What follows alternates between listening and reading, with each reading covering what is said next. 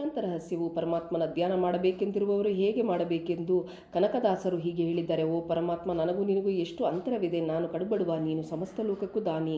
ನಾನು ಬುದ್ಧಿ ಇಲ್ಲದ ಮೂಢ, ನೀನು ಮೋಕ್ಷದಾಯಕನಾದ ಪರಮಾತ್ಮ. ನನಗೆ ಏನು ಗೊತ್ತಿದೆ? ನೀನಾದರೂ ಸುಜ್ಞಾನ ಮೂರ್ತಿ. ನಿನ್ನ ಸಮನಾದವರು ಪ್ರಪಂಚದಲ್ಲಿ ಮತ್ತಾರಾದರೂ ಉಂಟೆ? ಎಂದಿಗೂ ಇಲ್ಲ. ದುಸ್ಥಿತಿಯಲ್ಲಿರುವ ನನ್ನನ್ನು ಸದಾ ಕಾಪಾಡಬೇಕೆಂದು ನಾನು ದೈನ್ಯದಿಂದ ಬೇಡಿಕೊಳ್ಳುತ್ತೇನೆ.